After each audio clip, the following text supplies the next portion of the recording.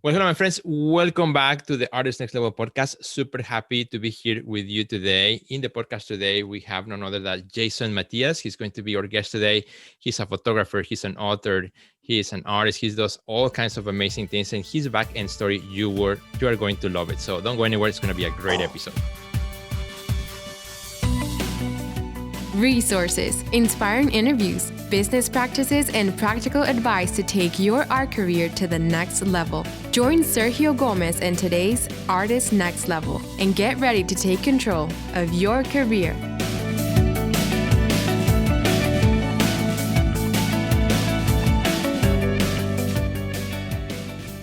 Hey, Jason, good to see you, man. How are you? I'm doing great, man. Thanks for having me on. Absolutely. Thank you for being here. We had planned this conversation for quite a bit. So happy that we are able to now, chat and look a little bit into back-end story, which is fascinating, and what leads you to do the things that you are doing right now, which you're going to be sharing with us. And, that's just going to be super cool. But before we do that, I have to say, I love your hair.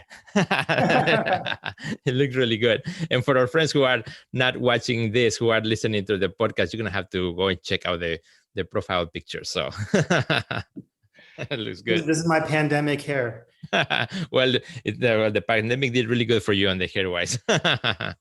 So, Jason, tell us a little bit about where are you at in the world right now?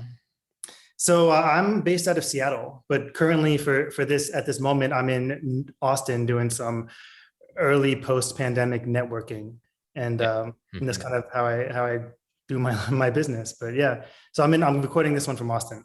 Very cool. And I love that, I've been following you on Instagram as well.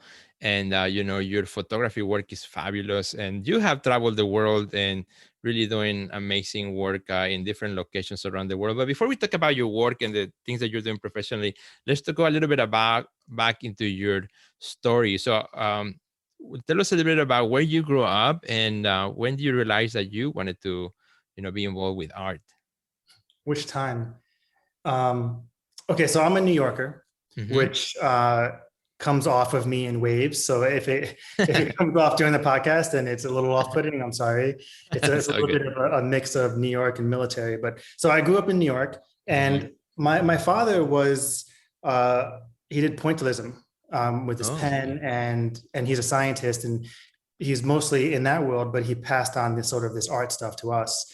But then in like high school, and I'm sure a lot of people had the same. From my generation, at least, where you hit a wall where it's like there's no future for artists. And my parents were really big on focus on work. Like, what are you going to do to make money in the future?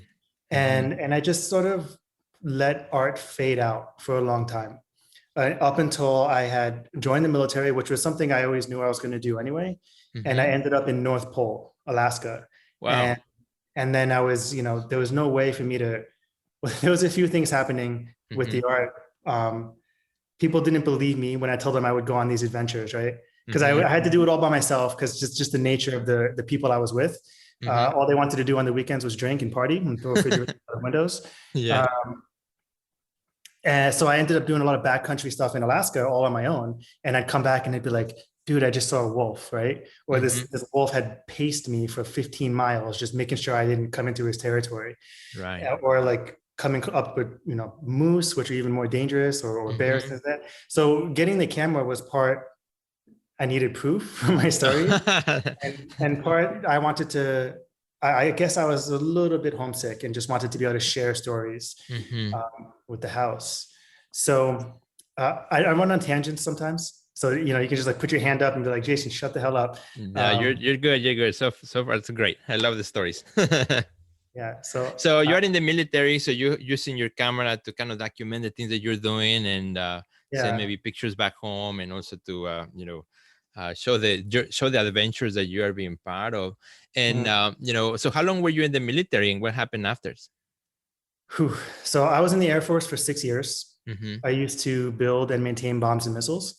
Okay. So, like the missiles that they shoot off of fighter jets and stuff like that, or drop out of, that's the stuff I used to make. So 6 years, I was stationed in Alaska, and then I was stationed in Nevada, and I did one tour in Jalalabad in Afghanistan. And then after, that was your question, right? After? Yeah. after I got out of the military, I ended up moving to Hawaii. So Okay. I was in Nevada, and I was like, the military says they will send you home after. That's their contract. You join the military, then they send you home at the end. But what they Okay. really mean is that they will spend X amount of dollars to send you to a place, because Okay. that's how they You get to pick justify. what home is. Right. That's where they justify home of record. So I was Uh-huh. like, I was looking into it, and I was just thinking, well, it would cost the same amount of money for me to go from here to New Mhm. York as it does for me to go from here to Hawaii. So I went Okay. to Hawaii, and that kind of saved my life in a lot of ways, Hmm. in terms of just needing to change my mindset and the way I was Hmm. experienced in the world, because, Yeah. military and stuff like that. Um, and then that's also where I started really getting into photography as Mm. as like a serious. And that kind of happened for two reasons. One, I'm super competitive. So I would see people taking pictures with big old cameras, and I had my little compact, and I was like, I can do it better. I can do it better, I right? can So do or it. different, at least, is what I was going for. Hmm. But then when I upgraded to a DSLR, finally, I had to figure out how I was going to pay for it. Hmm. So I was like, okay, well, now it's time. Maybe I can start selling this work that people keep telling me that I could sell. Yeah. And that's when it became a very serious thing. And then, Hmm. not to mention, while I was in Alaska, or while I was in Hawaii, I got my master's degree in Okay. organizational leadership, which is Okay. like an MBA plus a psychology degree. Hmm. And then nobody would hire me. Okay. Like I could not get a job, even all the way up until I finally committed to being 100% full-time artist. Hmm. I would apply for dishwasher jobs and not get them, Wow. all the way up to the consultant jobs that I was qualified for. Hmm. So while I was paying for my camera and making money with my art, I realized this was the only thing making me money. Hmm. And I really sort of doubled down. And that's what happened after I got out of the military. Okay. So it's almost like the world was pushing you to say, hey, you don't belong in these other jobs. You are an artist, and this is what you're called to do. Who knows if you had gone into a different job setting per se, if Hmm. you had the time to go back and dedicate to the art that you're making right now, right? And the career that came right after. Yeah. And that's always you know, the 5,000 or 50,000 for a question, right? Right. Exactly. If there is fate, then yes, it pushed me here. Um, Absolutely. So Bad luck, good luck. I don't know. yeah, tell me also about the work that you produce as an artist, as a photographer. What are the things that inspire you? I know, I've been looking at a lot of nature photography, beautiful settings, and also some of them bringing the figure, a model, to also be part of that. Tell me a little bit about, your photography work. What inspires you? What do you look for, when you are at a setting?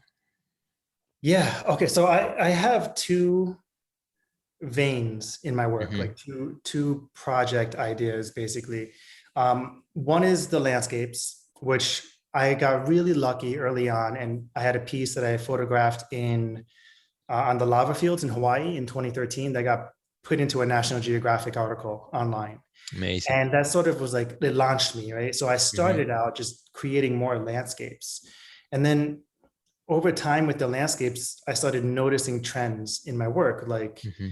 the big one that kind of changed the way I do photography is I started, well, actually someone else noticed, they commented, there's like, I love it when you have a little boat in your compositions. Mm. And I didn't realize that I was composing around these like boats that were often in marinas and stuff like that. But I would Mhm, always include one and only one. mhm, And I realized, okay, well, that's something. And maybe I should think about that and focus on it more. And that started the seed for what I call this comfortable isolation. mm. So when I'm looking for a photograph nowadays, I don't like, I go out and take fun pictures, like maybe the ones you saw from White Sands. Like that Yeah. was just a fun trip I was doing with my girlfriend. And I also wanted to check it out for maybe a future photo idea for Mhm, this other series that I'll tell you about. So I go do that. But when I'm really looking for a piece for my portfolio, I'm looking to fill this idea. mm. So I said I got an MSOL, right? Mhm. So organizational leader. So it's like a psychology and an MBA. Well, while I was doing the psychology part, I stumbled across this thing that really resonated with me, and it was called ego depletion. Okay. And we're going to get nerdy for a second, but the idea behind ego depletion is that you only have a certain amount of energy to make decisions. Okay. And at the time, I was also really big into day trading. So as your day goes on in day trading, you can only make good decisions for a certain amount of time. And then your decisions become statistically measurably worse as the day goes on. Right. And in order to, that pool of energy that you use to make decisions is, you can't fill it, right? You can't make it bigger, but you can restore it through rest and relaxation and exercise and stuff like that. So that sort of put the seed of this idea that we need to have restorative moments in our brain, in our mind, in order to be better at the things we want to be good at. And then that developed into this realization about maturity, which was part of this whole thing, that in order to grow as people, we need to have the uncomfortable conversations. And I'm really going somewhere with this. So in order to grow as people, we need to have uncomfortable conversations with ourselves, with our demons. We have to confront our conflicts, and we have to figure out whether or not our beliefs are true every single day, right? And even on a broader scale, like as we grow up, but we don't have those anymore. You know, like how many times have you heard that our generation or my generation and the ones below it are immature for our age? Right. And the reason is, every time one of those topics or belief challenges come up in our minds, instead of going inside ourselves and having that discussion, we just pick up our phone and talk to someone else. We watch Netflix for 3 months until we forget about it, you know? Right. So the comfortable isolation idea is to create spaces where you can have that conversation. You can be comfortable in the super uncomfortable internal situation and really wrestle your demons. Right. And so I want to create spaces like that. So when I'm looking for a landscape photograph, or really any photograph now, because my work is less 100% pure and more of a creating, I'm looking to fulfill that idea. So I shoot a lot less, and I'm much more intentional with research and going places and scope and scouting so that I can create that type of image. So that's one.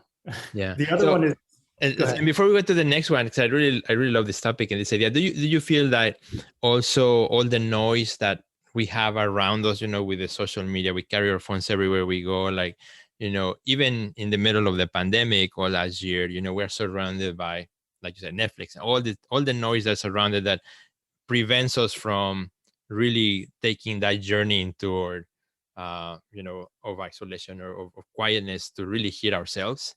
Do you feel that, you know, this noise in the world kind of affects also on that journey that we should all look into? Yeah, that's exactly it. I think that everything that's a distraction, everything happens inside ourselves. Like even this conversation is happening inside my head, right? And anything that distracts from our analysis of that is, I mean, it's Netflix, it's Facebook, it's the hours I spend on TikTok when I get stuck in a vortex, you know?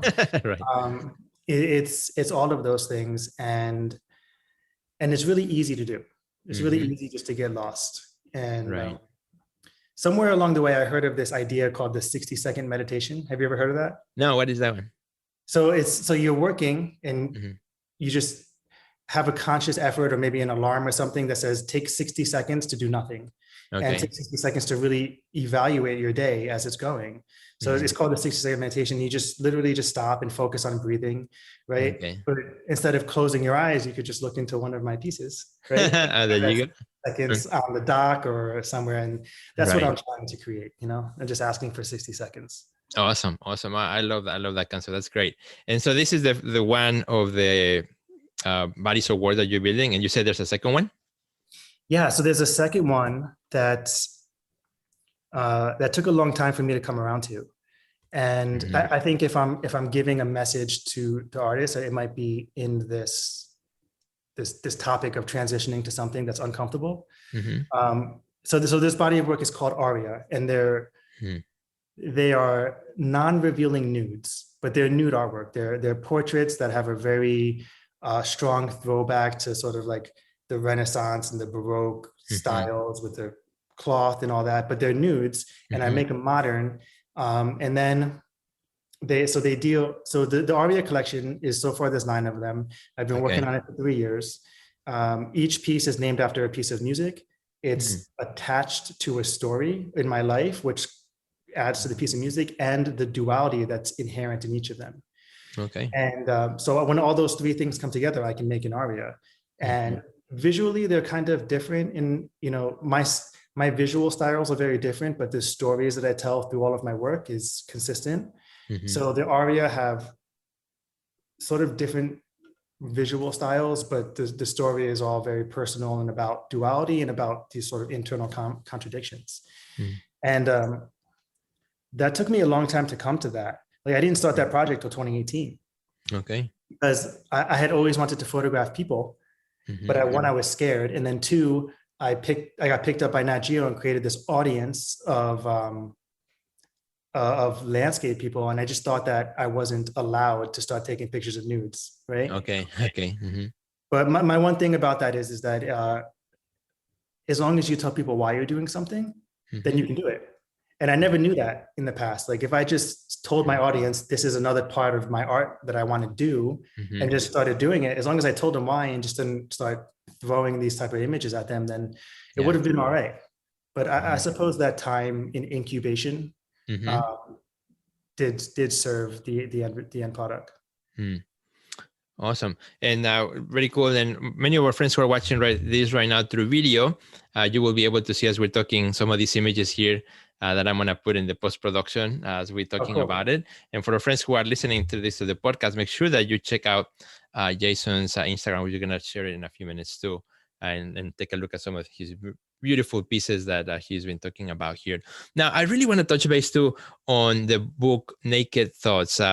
Seems like it's also kind of a transition from what you were talking about, these ideas of ego depletion, isolation, and things like that. Tell me, then in 2020, you decided to write a book or publish a book, I should say. In 2020, you published. I don't know how long it took you to write it, but maybe tell us a little bit about what's the idea behind the book and what kind of gave birth to that.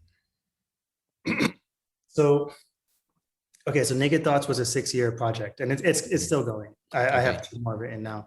And it's a collection of vignettes that I wrote when I'm traveling, or at least they started when I was traveling. And then it ended up just whenever I'm in a place that's kind of new and unfamiliar, my brain goes into this very raw observation mode. And one time I was sitting in an airport in Stockholm, and I was having this experience of my own with this guy who was sitting in front of me, and the waitress and the people who ride scooters through the airport and stuff. And I just recorded it in the stream of thought, that how I was thinking it. And then I published it and people loved it. Right. And it got more attention on my Facebook than most of my photos do. So that gave me a little bit of, I guess, permission to continue trying to be a writer. And my father was always telling me that I should write a book, even from when I was little.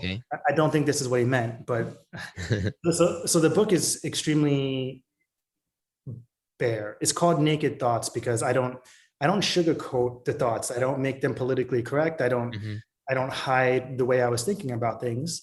And I tend to think in circles a lot. So a lot of them, they start somewhere, they take you somewhere, and then they end somewhere, and they're all very short. Okay. There's 45 in the book, and they start in Stockholm, they go to the Philippines, all over Washington, New York City, and stuff like that. And then I was waiting for, I don't know what, to publish the book, waiting for more traction on the internet, or waiting for me to get to a whole number like 50 naked thoughts or something. But then, that you don't need to wait for permission for things. So I said, I'm just going to do it. You're just going to do it now. I did it. So, I'm still kind of surprised about it and at it that it's doing pretty well on Amazon in terms of like reviews and stuff. So very cool. Just needed to catch a good stream. Awesome. And we'll invite our friends to check it out. It's called Naked Thoughts, and just find it there on Amazon, wherever you find books as well. Check it out. So you're still writing, I assume. So there might be even a Naked Thoughts Part 2, maybe somewhere in the horizon. I'm writing 5 books right now. Okay. Yeah. So Naked Thoughts, I mean, it's going to take a few years for volume 2. I don't rush them and I don't make them up. They just happen. And then I record them. And then this year, I also intend, Mm-hmm. hope that I can get it done. But I have a book called Dream Daggers and Imaginary Friends. Oh, okay. Love that And title. it's another collection. That's a collection of short stories that I've created from my dreams. Oh, So okay. I dream extremely vividly, and then I don't Mm-hmm. forget them. If I voice my dream, like I tell someone about it, or I write a note about it, I will not forget it for years. Mm-hmm. So I've expanded them, or just written the stupid amount of detail that I have remembered in my dreams into short stories, and then the collection is going to be in the book. So Love it. Love it. Uh, Tell me, and I'm very curious, now as I'm getting to know you a little bit more, do you have specific rituals or specific things that you do in the morning when you start your day that kind of help you kind of prime your day to be on the focus of what you have intended to be for that day? 'Cause it seems to me like you're a very intentional person, right? From everything that we have been talking about, it's the intention that really makes a huge difference. So tell me a little bit about how do you start your day? Do you have a specific practice that you do or that you and you're enjoy going to doing? be disappointed. No, give it Okay, so here's what I whatever do. works for you.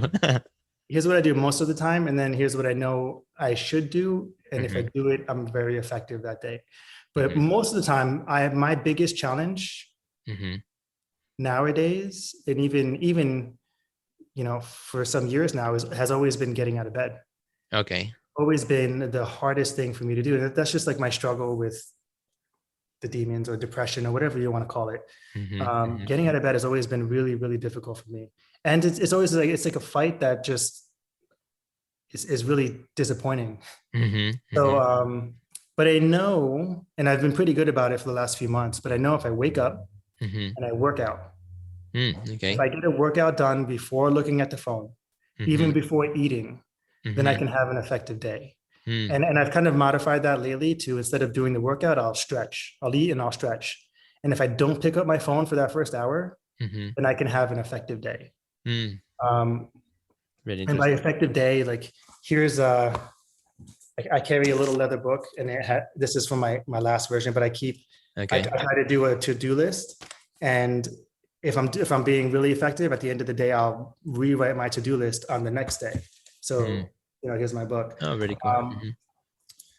And I mean, those are pretty standard into practices, but there's this guy, Jim Rohn. Have you ever heard of him? And no, Motivational speaker, or not a motivational speaker, but a effectiveness coach or what have you. Okay. But he said this thing that's always stuck with me, that something like this is really easy to do, right? Make a new to-do list every night for your next day. Wake up and don't look at your phone first, right? But it's also really easy not to do. Right. That's the struggle all the time. Yeah. Most of my creative work is done at night, though. Like my creative thinking, I can sit down at 3 a.m. and edit till sunrise. Yeah. And that's something that I always love, because there's so many, I've read so many also books of how very successful people start their day and so on. And what I find is that it's at the end of the day, it's going to look different for everybody. If you want to copy what somebody else does, but it doesn't fit with who you are, it's not going to work, and it's not going to last for a long time. For example, for me, I'm kind of the opposite. Like, as soon as my eyes open, my body is like a spring up and start the day, right?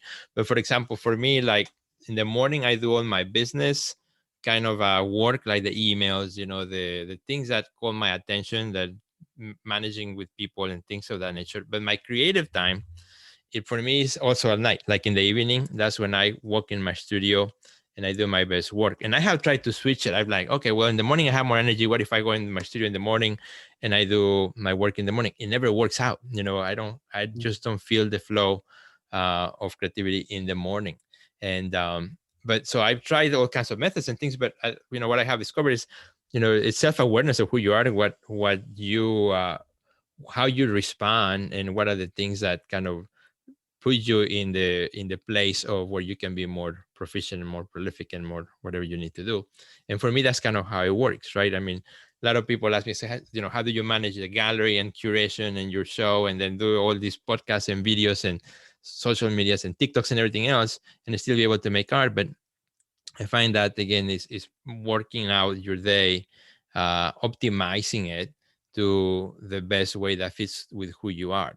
And we are all different. So, a formula that works for somebody doesn't necessarily is going to work for somebody else. My wife is kind of like the opposite. Like she doesn't like, she's not a morning person at all, right? So not Yeah. that she's not a morning person at all. So we are kind of opposite in that way, and how we structure days very different from each other. But that's kind of how it works. And I think when you start finding kind of how it works, and then you make that your own habits and your own ways of working, seems to be the best. Well, I like what you said about, you do your work stuff and then your creative stuff. And I think I need to try to adopt something like that, because I don't separate, like my to-do list is just stream of thought, right? This is stuff I have to do. But I don't put it in order in terms of what I need to do. So I think if I separated work, the administrative work, the business part, to the morning, and then set aside time for actual working on my stuff, my creative stuff on the evening, that might super hard, but this is something I struggle with, and everyone thinks I get a lot done, and I guess I do, but it doesn't feel like it. I would love to be more effective. Yeah. Well, I think we all, right, in some way or another. But I think, in order to make those space for contemplation, for introspection, we also need also the declutterness of that life sometimes brings to us. So let's also talk about the business of art, because I know that's something that you're also passionate to talk about and to think about. And you have also been doing a lot of that recently also. So tell me about, as a photographer, and when you look about your life as an artist, the business part of it, and the importance for us as artists to also understand the business aspects of our work, selling our work, managing our work, keeping track of our work, all those kinds of things. So here's my shtick, right? Something I kind of realized. So I was moving because that seat was pretty uncomfortable. Here's something that I realized that's kind of one of the things that changed the way I do art as a business, is that taking pictures doesn't make any money. Right? I can go out and take photographs all day long, right? All month long, and it won't make me a dime. And you need to focus, or I need to focus on the actual work, which is the marketing, the administrative stuff, the follow-ups, and the interpersonal communication, like all of that. Without it, I don't have a business. I can be an artist, but I won't be a professional artist. And I have both things. Like I said, my father's an entrepreneur and my mother is super conservative, which is why their relationship didn't work out, right? But I got stuck with both of those. Both, like, either it's in the blood or it's in the conditioning. And on one side, I want to be just wildly doing stuff and making stuff and trying new ideas. But on the other side, I know that I have to eat not just tomorrow, but next year. And a lot of the business side of art has a life cycle that's 60, 90, 12 months. And if you don't pay attention to that, like, I think my life is 98% business and marketing, 2% art, which I would like to change, but I would like to make it 70-30 would be pretty nice. But I do recognize that the business is always going to need attention. Yeah, no, that's interesting. And when it comes, like, the percentage, like, I never like to put a number when I think of, like, 60, 70, or, because whenever you put a number, then you feel like you're cheating yourself if you don't meet that particular quota, So the way I think is, like, well, being an artist today is everything that needs to be the marketing, the calls, the follow-ups, and all is part of the whole thing. Yeah, the creation of the work. Definitely we gotta make sure that it happens, and that we are giving it adequate time to create the best work we possibly can, right? And I think, but definitely looking at our business practices, I think is super important, because just as you mentioned, we live in a world that is now interconnected for the first time. That's what makes me super excited, and that's why I do this podcast and all the videos. Like, I sometimes I pinch myself, like I cannot believe I'm living in 2021, right? We can Right. have this Zoom conversation. I can send an email to somebody in the other side of the world with my artwork, and vice versa. And it's just Mhm. amazing, artists who live 40, 50, 100 years ago, they didn't have this, right? Whatever you were at that moment, that's all presence you had. Today is so different. You can be, in the middle of nowhere in Alaska and still have, a social presence through the social media and all the tools that we Mhm. have. So I think as artists, we have this huge advantage, and sometimes we uh we neglect them, or we're like, I don't want to do it. But I think so much part of the business that we have to run. And as you said, I think until we take control of that business, then we're not able to really put forward or work in the world. Mhm. Yeah, take control, take accountability. Mm-hmm. Mm-hmm. I hear a lot of artists. So I run a course called The Art of Selling Art. And one Mm-hmm. of the things I hear a lot is, the artists are saying they're not getting sales. Like people aren't buying their stuff. But Mm-hmm. if you change that to I'm not selling my work, Mm-hmm. it's so different because if you, so we're afforded what we're really afforded as artists right now is the ability to be self-sustaining. Mm-hmm. Like I know you run a gallery and you support a lot of artists, um, which is amazing, but you can't support everybody. And Absolutely. artists can't wait for the opportunity for someone like you to come along and pick them up. Mm-hmm. But what they do have right now is the ability to do all the things that you do for Mm-hmm. themselves. Absolutely. And then that makes them responsible for it too. And Right. yes, so Yeah. like accountable control, it's all on me when I'm doing Absolutely. this. Yeah. Yeah, absolutely. I totally agree. And, as an artist myself too, looking at also from the side of the artist, not only of the side of the gallery, but the side of the artist, having all the tools that we have that back in the day were only reserved to museums, galleries, Mhm. institutions, but now we have that, any one of us can write actually a press release and send it out, right? And, and have something written about us without no gallery being involved at any time. So, that is exciting for me. I find that to be, just an amazing opportunity that we all have. And tell us a little bit about also, you have created some really awesome resources for us here to share with our friends. Tell me a little bit about some of those that you have. Yeah. So, okay. So like I said, I have a course that I teach called The Art of Selling Art. And, um, and along those lines, I think, so we're going to have a page for people to go to after this. And Mm-hmm. on that, I think there's 4 documents that you can Yes. download.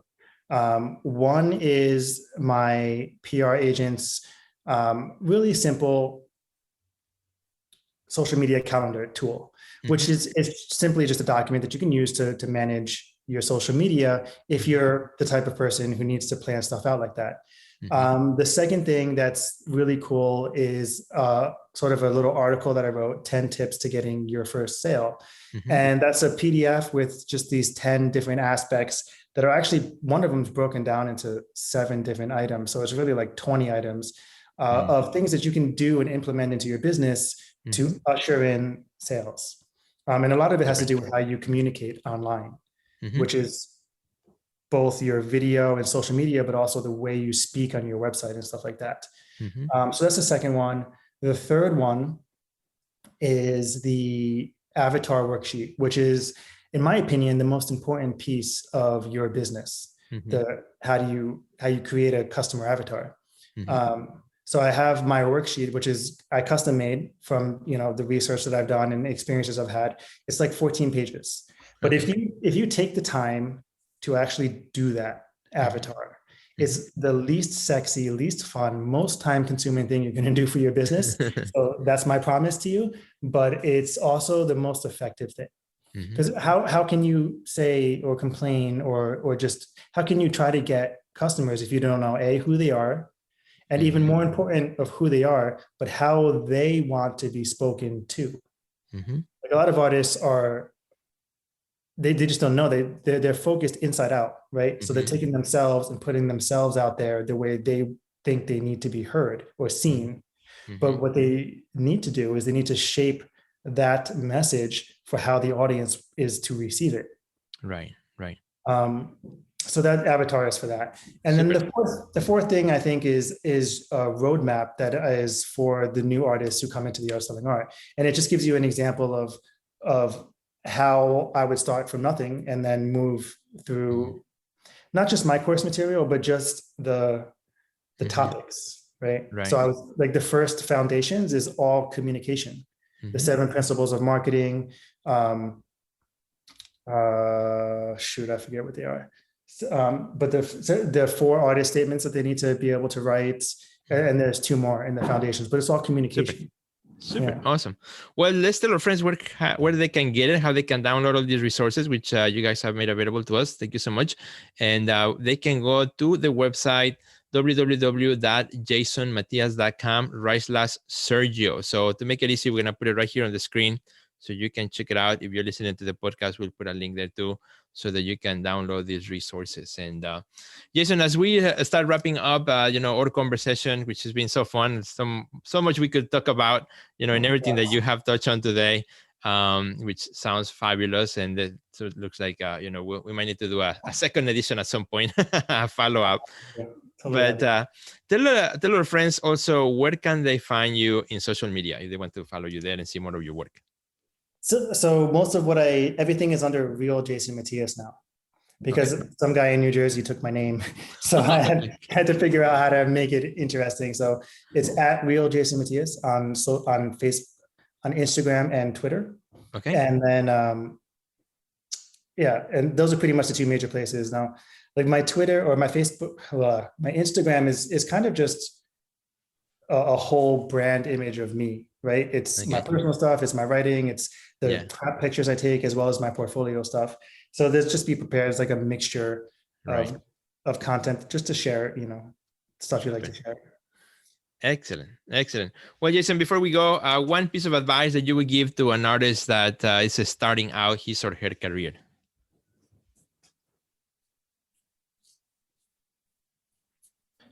Learn to love the work.